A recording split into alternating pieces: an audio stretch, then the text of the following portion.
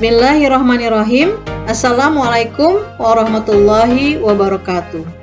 Perkenalkan, saya Siti Juriah. Saat ini merupakan dosen program studi S1 Bisnis Digital Fakultas Ilmu Pendidikan dan Pengetahuan Sosial Universitas Indraprasta PGRI Jakarta.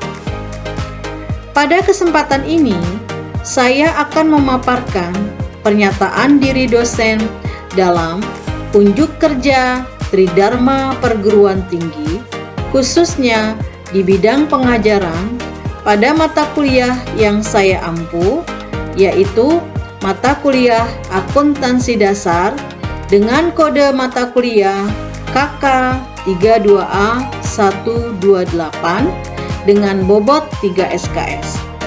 Mata kuliah akuntansi dasar adalah mata kuliah wajib pada semester 1. Mata kuliah akuntansi dasar merupakan mata kuliah teori dan aplikasi yang merupakan pembahasan gabungan antara matematika dengan ilmu ekonomi akuntansi. Mata kuliah ini membahas mengenai persoalan ekonomi dengan menggunakan konsep matematis melalui simbol-simbol keuangan atau moneter. Sebagai seorang dosen, saya wajib menjalankan Tridharma Perguruan Tinggi yang diantaranya adalah bidang pengajaran yang akan saya uraikan menjadi 3 aspek, yaitu DIA, Delivery, Interaction, dan Assessment. Bagian yang pertama adalah Delivery. Delivery dapat diartikan sebagai penyampaian materi pembelajaran kepada mahasiswa. Materi pembelajaran yang saya sampaikan mengacu kepada rencana pembelajaran semester yang telah dibuat dan disampaikan pada kontrak perkuliahan. Penyusunan RPS mengacu kepada standar nasional perguruan tinggi dan kurikulum program studi bisnis digital yang berlaku. Selanjutnya, dari 8 CPL program studi yang dibebankan pada mata kuliah diturunkan menjadi 3 CPMK sebagai berikut. Pertama, mampu menguasai konsep akuntansi dasar dan perkembangan ilmu ekonomi berdasarkan fenomena sosial terkini pada materi akuntansi perusahaan jasa dan dagang. Mampu mengaplikasikan keterampilan yang dimiliki berkaitan dengan materi akuntansi untuk perusahaan dagang dan jasa seperti melakukan analisa keuangan dalam dunia kerja.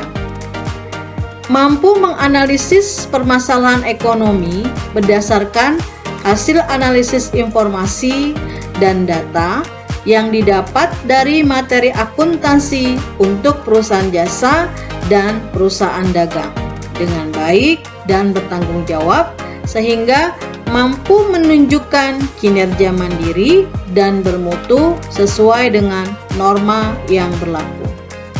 Selanjutnya, dari 3 CPMK diturunkan menjadi 14 sub CPMK yang dikemas ke dalam 14 kali pertemuan untuk pemaparan materi. 1 kali pertemuan untuk ujian tengah semester, 1 kali untuk ujian akhir semester. Bahan kajian materi pembelajaran sebagai berikut. Yang pertama adalah gambaran umum akuntansi, dasar akuntansi, analisis transaksi pada perusahaan jasa, proses penyesuaian pada perusahaan jasa, penyelesaian siklus akuntansi pada perusahaan jasa, pencatatan pada perusahaan dagang, analisis transaksi pada perusahaan dagang, proses penyesuaian pada perusahaan dagang, penyelesaian siklus akuntansi pada perusahaan dagang, dan terakhir adalah rekonsiliasi bank. Dalam menyusun materi perkuliahan, saya menggunakan sumber referensi sebagai berikut. Metode yang digunakan dalam kegiatan pembelajaran diantaranya adalah ceramah, case study, disertai dengan tanya jawab. Demikianlah bentuk delivery yang saya terapkan dalam pembelajaran. Selanjutnya, bagian kedua dari DIA adalah interaction. Interaction adalah interaksi yang terbentuk antara dosen dan mahasiswa dalam penyampaian materi pembelajaran. Bentuk interaksi pada materi kuliah akuntansi dasar terdiri atas interaksi langsung, yaitu melalui pertemuan tatap muka di kelas, dan interaksi tidak langsung melalui WhatsApp Group, Learning Management System Universitas Indraprastha PGRI, Google Meeting, maupun Zoom Meeting. Demikianlah bentuk interaction yang saya terapkan dalam mata kuliah akuntansi dasar. Yang ketiga dari DIA adalah assessment. Assessment adalah penilaian atas pemenuhan capaian pembelajaran. Komponen dan bobot penilaian dibuat dalam persentase sebagai berikut. Untuk kehadiran dan tugas, bobot sebesar 20%. Untuk ujian tengah semester, bobot sebesar 30%. Dan untuk ujian akhir semester, bobot sebesar 50%. Demikianlah penjabaran terkait dari delivery, interaction, dan assessment pada mata kuliah akuntansi dasar. Selanjutnya akan ditayangkan cuplikan dari kegiatan pembelajaran akuntansi dasar.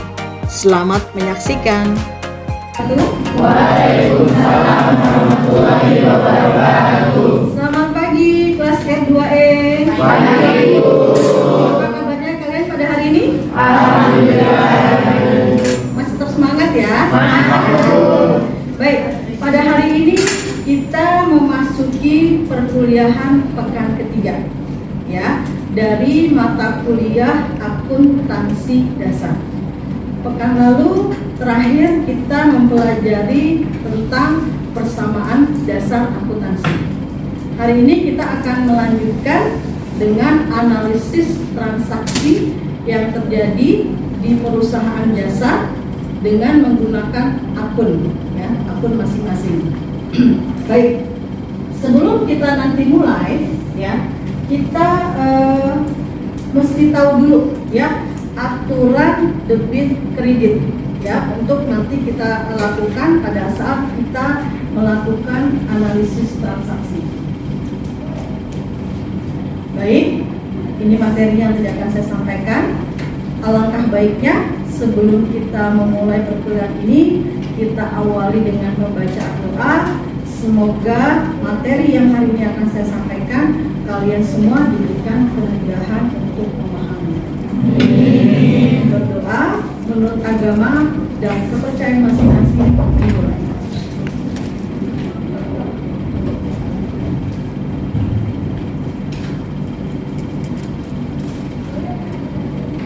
Berdoa selesai. Oke. Kita review sedikit ya materi dari pekan lalu. Kita review dari pengertian akuntansi. Oke, apa sih akuntansi? Ya, akuntansi adalah suatu proses pencatatan, penggolongan, peringkasan, dan pelaporan atas dasar transaksi keuangan perusahaan. Ya. Yang dimaksud dengan akun atau pengertian akun adalah sarana yang digunakan untuk mencatat transaksi atau peristiwa ekonomi yang terjadi pada perusahaan. Ya, ada penggolongan akun, yaitu akun real dan akun nominal. Ya, nah akun real terdiri dari lalu akun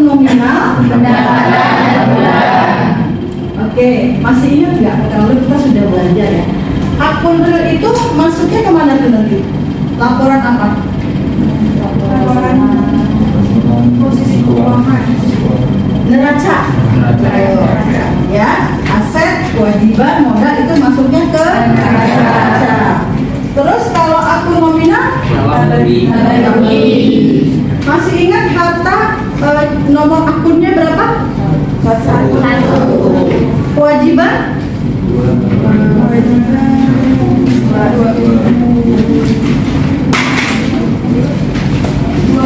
Dua ya. Modal?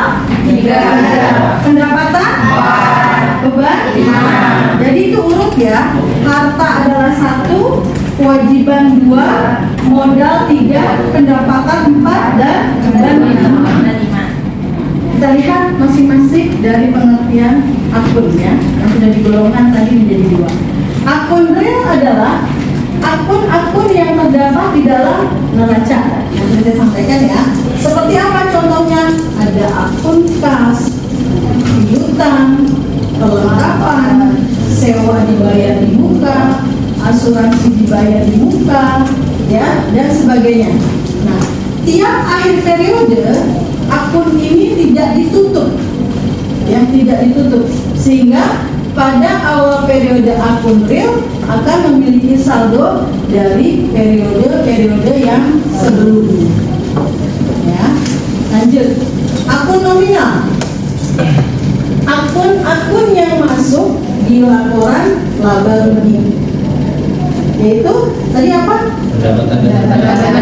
Pendapatan dan beban dengan nomor kepala akunnya adalah 4 dan 5. Oke, ya. Nah, berbeda dengan akun real, akun nominal ini nanti tiap akhir periode itu akan ditutup, ya, akan ditutup oleh jurnal penutup pada intisar laba rugi, sehingga nanti pada awal periode akun nominal itu akan memiliki saldo nol. Nah, kita ke pengertian analisis transaksi, ya. Analisis transaksi merupakan kegiatan yang sangat penting, ya, dalam tahapan siklus akuntansi. Ya. Analisis akan digunakan untuk dapat mengetahui pengaruh dari transaksi terhadap akun-akun, ya, sehingga nanti membentuk persamaan dasar akuntansi. Nah, langkah-langkahnya apa aja dalam kita melakukan analisis transaksi? Yang pertama, pahami jenis-jenis akun dan komponennya. Ya, kayak misalnya aset, sisi aset itu terdiri dari apa? Ada piutang, persediaan, ya, bahan habis pakai, sewa dibayar di muka, betul. Lalu yang kedua, tentukan pengaruh dari suatu transaksi pada akun aset, kewajiban, modal, pendapatan, dan beban. Dan modal utama tadi itu ya, posisi akunnya berada di mana? Yang tadi saya sudah ajar. Yang ketiga, tentukan pengaruhnya untuk setiap akun. Apakah adanya transaksi tersebut menjadikan jumlah saldo akun itu menjadi naik atau turun?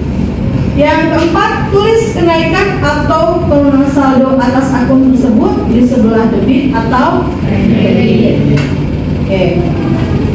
Nah, ini jenis-jenisnya, ya. Jenis transaksi keuangan nanti akan melibatkan transaksinya dengan pemilik, transaksi dengan pelanggan, transaksi dengan pemasok, transaksi dengan kreditur, dan transaksi dengan penyedia nilai barang. Oke, kita lihat. Ini contoh ya. Tanggal 1 Mei diinvestasikan dana oleh pemilik dengan membuka rekening perusahaan sebagai modal awal sebesar 100 juta. Oke, kita analisis nih. Ya, kita analisis. Ya. Di sini pemilik menyetorkan uang. Ya. Berupa apa?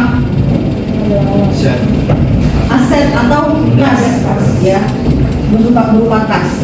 Nah, kas ini nanti akan digunakan sebagai apa?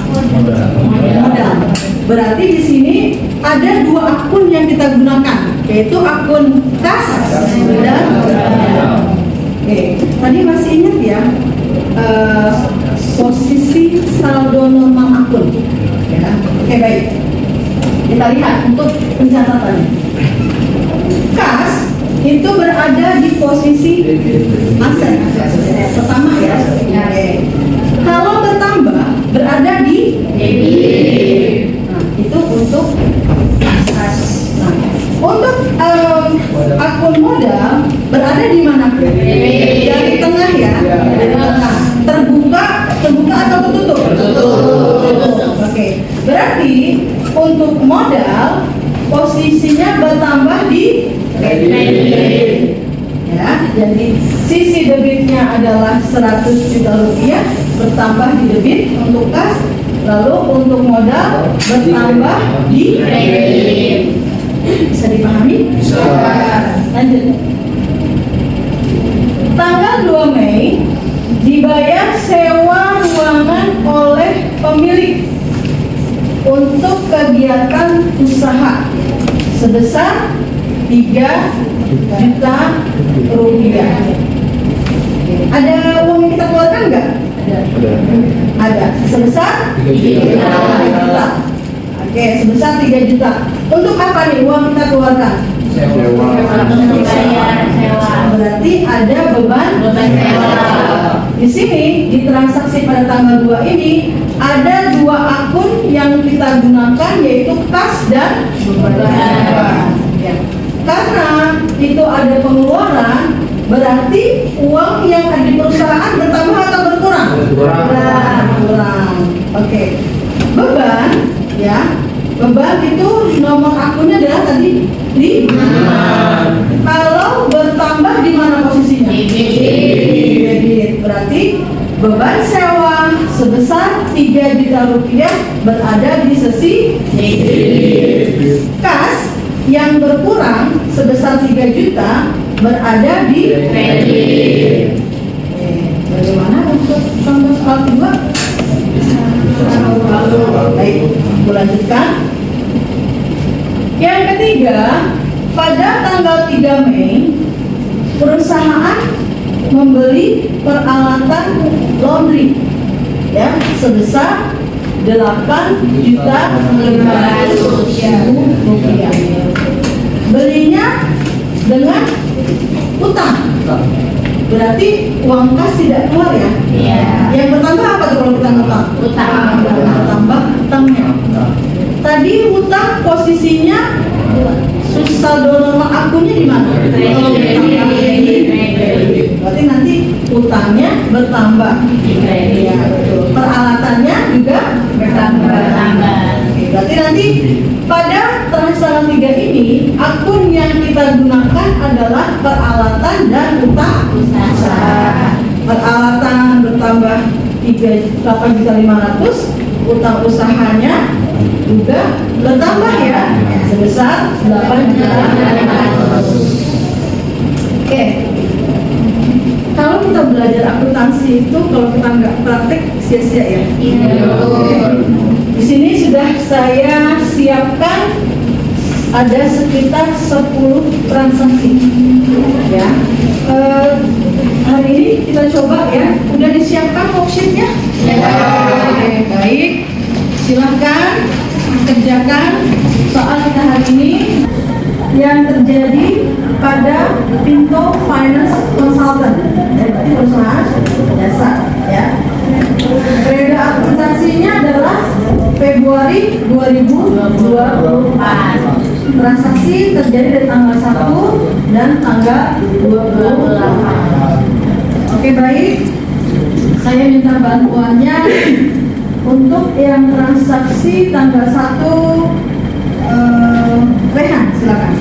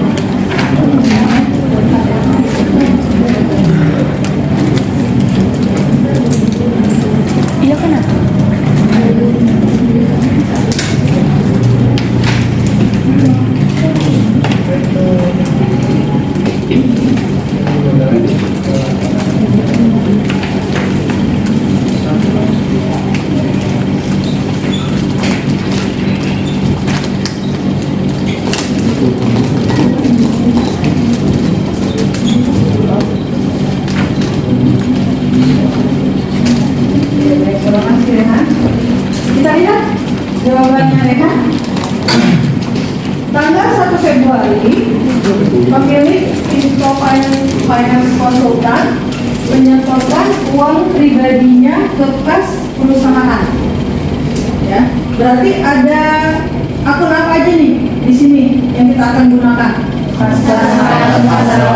Dan kasnya bertambah di sisi debit sebesar dan kas tersebut digunakan sebagai modal, maka modalnya juga bertambah sebesar. Sistem pencatatan ini adalah sifatnya ganda ya, double entry. Baik, tanggal 4 Februari memperoleh pinjaman dari Bank ABC sebesar 25 juta. Selanjutnya adalah soal ketiga. Saya minta ke Vila.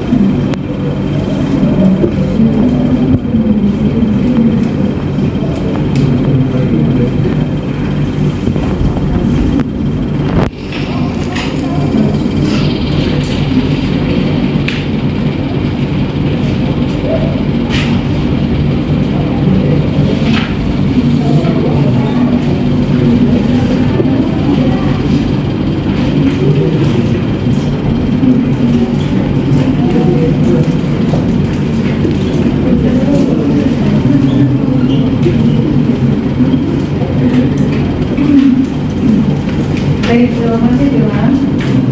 Terlihat tanggal 6 dibeli perlengkapan kantor secara tunai. Ada uang yang keluar nggak? Ada.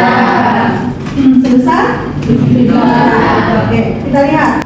Akun yang kita gunakan berarti ada dua, yaitu karena kita belinya dengan uang tunai, berarti kasnya berkurang sebesar.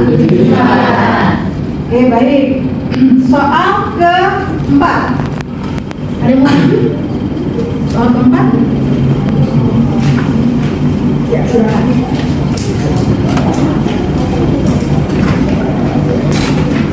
Yang lain sambil dilanjutkan di worksheet-nya ya.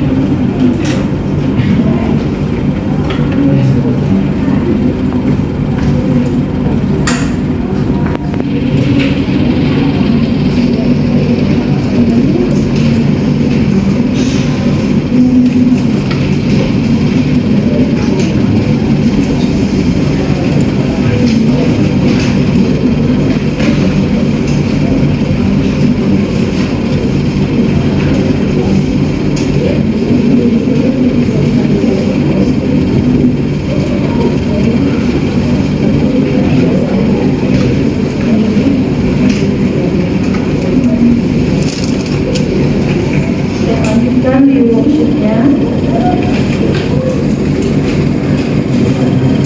Baik, terima kasih. Masih ingat akun apa ya yang digunakan pada saat pemilik mengambil uangnya untuk keperluan pribadi? Right atau invest ya. Lihat. Di sini Tuan Pinto mengambil uang untuk keperluan pribadi sebesar 5 juta. Ya, berarti kasnya berkurang. Baik, untuk soal selanjutnya dilanjutkan di worksheet masing-masing.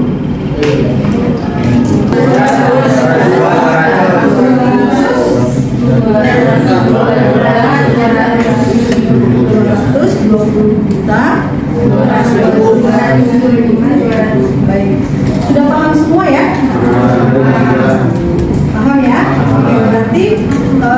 untuk pekan depan kita akan lanjutkan dengan posting ke buku besar. Oke, baik. Kesimpulannya apa yang kita pelajari hari ini? Atau sebelum saya menyimpulkan, saya minta satu orang untuk review tadi tips yang saya berikan. Oke, ke Alia, silakan berdiri.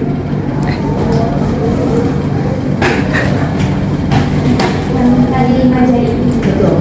Jadi yang pertama itu ada aset atau harta, terus yang kedua itu ada utang, yang ketiga ada modal, yang keempat ada pendapatan, dan yang terakhir yang kelima itu ada beban. Nah kan kita ditutup nih, yang dibuka ini debit Bu, terus yang sisa yang tiga ini yang tertutup itu kredit. Kalau misalnya yang debit bertambah, kalau yang 1 sama 5 bertambah itu ada masuknya di debit, terus kalau berkurang di kredit. Tapi kalau yang ditutup tiga ini, kalau misalnya bertambah itu di kredit, kalau berkurang di debit. Baik, ya. Digunakan ya cara ini ya. Siapa yang menyimpulkan apa yang kita pelajari hari ini? Siapa yang mau menyimpulkan? Ada yang mau menyimpulkan? Wanita? Mau menyimpulkan? Ya, coba simpulkan. Silakan. Berdasarkan tadi apa yang sudah kita pelajari.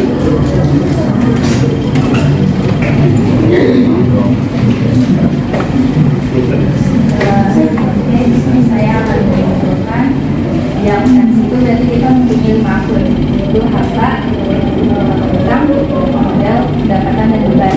Kemudian di akuntansi itu kita mempunyai tiga jenis perusahaan, yaitu perusahaan jasa, perusahaan dagang, dan perusahaan manufaktur. Mungkin sekian dari saya. Tuh. Ya, terus ada 5 laporan keuangan juga. Yang pertama itu ada laba rugi, yang kedua ada posisi keuangan, yang ketiga itu ada neraca, yang keempat itu ada laporan perubahan aktivitas, yang kelima itu ada laporan harus baik, terima kasih. Ya, saya tambahkan ya. Jadi apa yang kita pelajari ini adalah mengenai analisis transaksi. Sebelum kita menganalisis, kita mesti tahu di mana posisi masing-masing dari semua akun. Ada 5 akun ya, di mana bertambah dan berkurangnya. Ya, nanti tinggal kita lihat posisinya apakah transaksi tersebut akan menambah atau mengurangi. Ya, dengan tadi agar lebih memudah kita menganalisis, kita bisa gunakan tadi tips yang saya telah berikan kepada kalian. Ya, demikian semoga materi yang hari ini saya sampaikan bisa kalian terima dengan baik sebagai modal untuk pekan depan kita melakukan posting ke buku besar. Baik, saya tutup. Terima kasih atas perhatian dan kehadirannya. Saya ucapkan wassalamualaikum warahmatullahi wabarakatuh. Waalaikumsalam warahmatullahi wabarakatuh.